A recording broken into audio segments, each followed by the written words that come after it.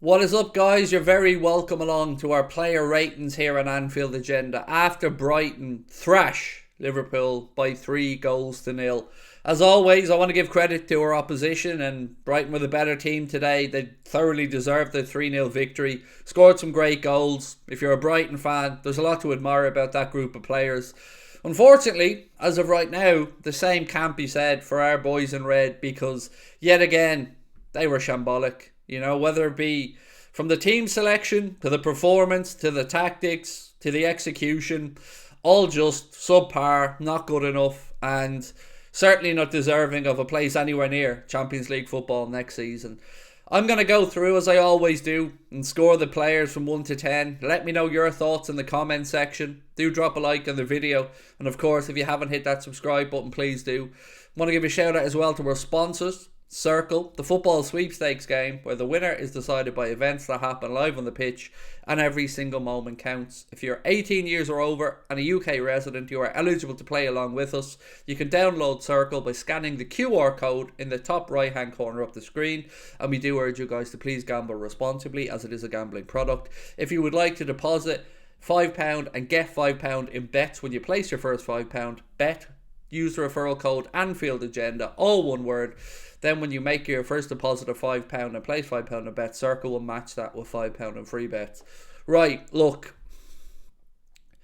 I'm going to start off with Alisson, as I always do. And he is part of a back four that is leaky at the minute. It isn't really down to him, but we're all devoid of confidence. And it just feels like when we're all down, we really are all down, and he's not making the saves he used to make. You know, just little things. But then again, he isn't the root of the problem. But I'm still going to give him a 4 anyway, because it just wasn't good enough. This man here, Trent Alexander-Arnold. It's a balancing act when you watch Trent and you try to make excuses for some of the performances. But I think we can't hide behind it anymore. It doesn't take or give me any joy to say these words, but he can't defend. He can't. Not in a right back position. He cannot do it and do the job that Jurgen Klopp wants him to do with regards to attacking. Time after time today, his body position was all over the place, and it was way, way too easy for Matoma and Brighton to just tear him apart. What absolutely baffles me is why Jurgen Klopp let him stay on the pitch. I don't understand it. You made your changes, you bring in your 4 subs on, and he isn't one of them. But he should have been. Trent was shocking today. I'm not being over the top when I give him a score of 2. And that's probably 1 more than he deserves. Joel Matip. Not often will I criticise Joel, but when you come out for the second half and you've been thoroughly outplayed in the first half and you're trying to start to build a little bit of confidence to find your way into the game, you know what's not going to help that, Joel? Passing the ball out straight to a midfielder from Brighton, missing Jordan Henderson and gifting them a goal within 90 seconds of the second half. All of the team talk, all of the plans, all of the getting ready for the second half, out the window, and the capitulation carried on. So Joel Matip, 3. Ibrahima Konate, one of the few bright sparks in the first half, particularly with some of his recovery challenges, some of his positioning. But ultimately, if you look at Brighton's second goal, I think it was, the one where Solly March finds himself with 3 Liverpool defenders there, and nobody within 5 yards of him, as he saunters from the right hand side across to the centre, then to the left, and buries a very good strike past Alisson Becker. Nobody was near him.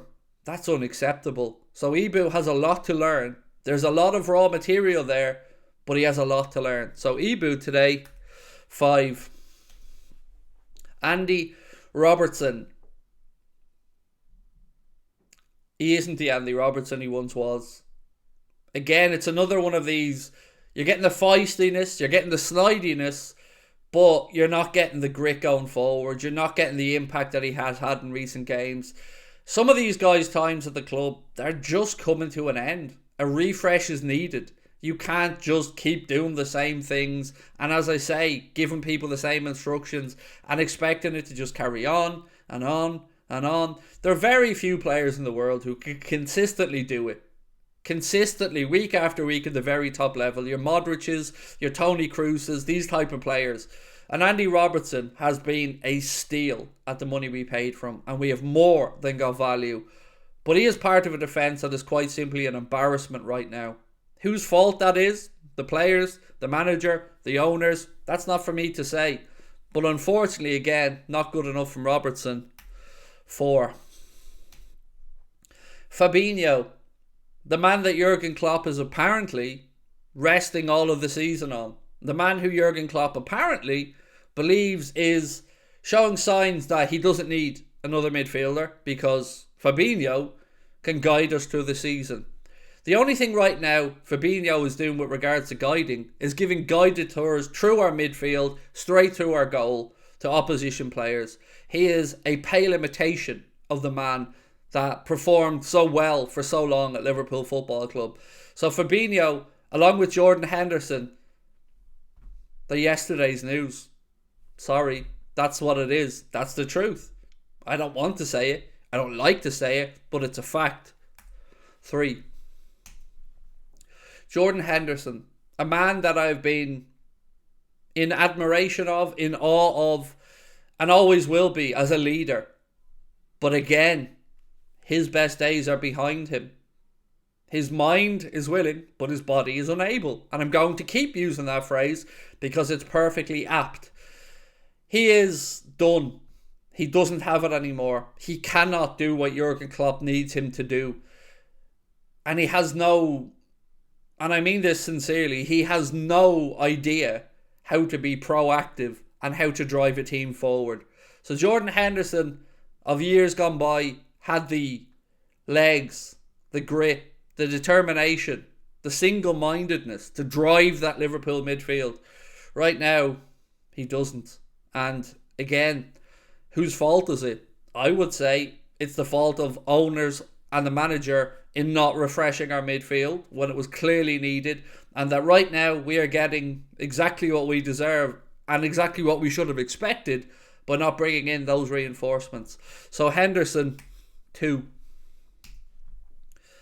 Thiago Alcantara, for so many years or so many games, I've been in awe of this man's magnificence on the ball. But you can carry luxury players like Thiago when you're doing well. Now his stats are actually okay.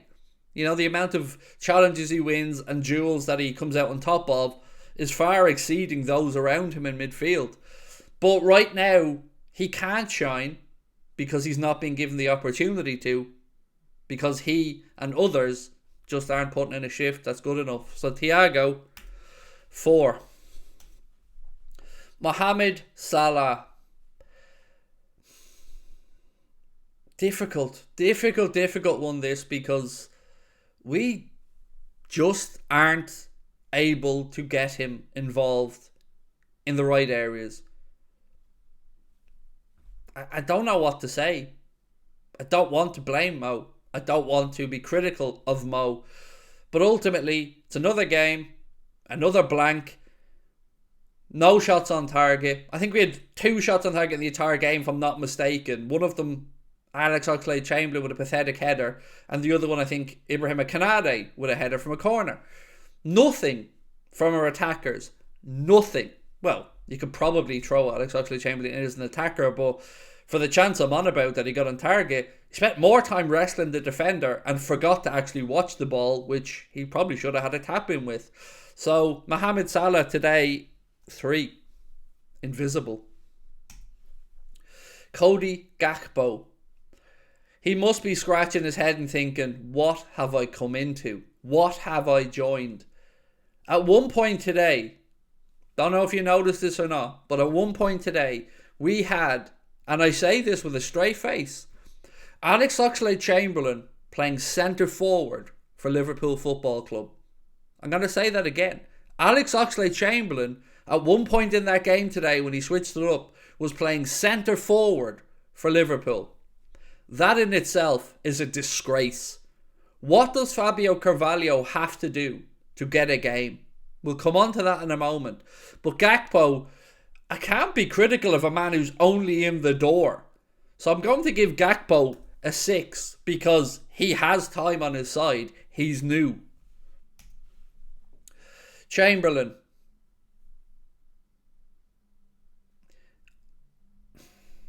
Probably the one that most of us Liverpool fans are angry about seeing starting week after week.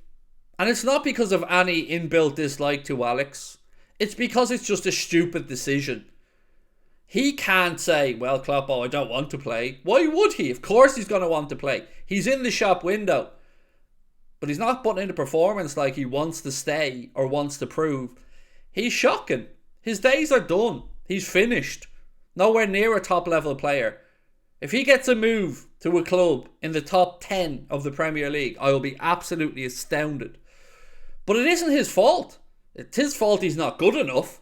But it's not his fault that our manager is so pig-headed that he refuses to not drop him or refuses to put in anybody else. So Alex, 2. Naby Keita, why didn't he start? How didn't he start? On what planet did he not deserve to start? Somebody please tell me. Because our midfield for this game should have been Naby Keita, Thiago Alcantara, and because we'd no other option, Fabinho. But Jurgen Klopp left him on the sidelines and rewarded the dross once again. So he came on at a time where the game was done and dusted. I don't really know. Let's just give him a 5. Ben Doak, always going to get a pass because he's a young man. None of this is down to him. It's good to see him get minutes. It's good to have a bit of positivity around the club, and I think he does provide that because he excites a lot of us.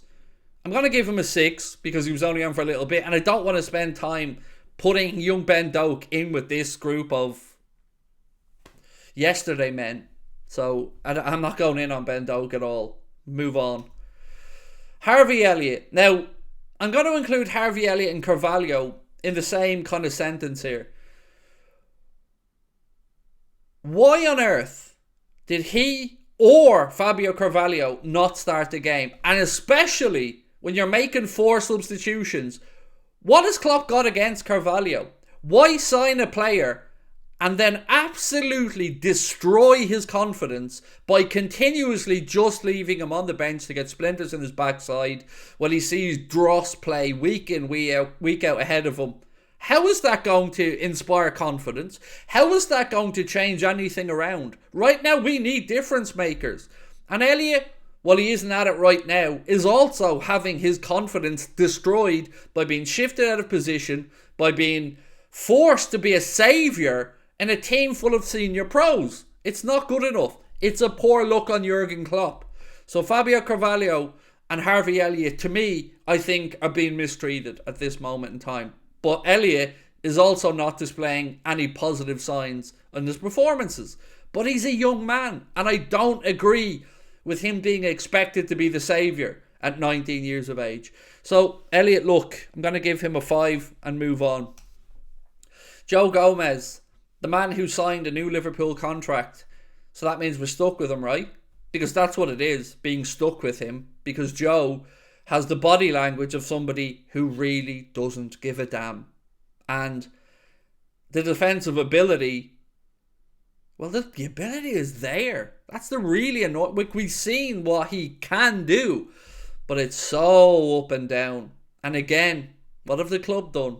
Reward dross with an improved contract. Sorry, time to sell Joe Gomez. He's not good enough. Don't know. 4. Doesn't really matter at this point. And that's it.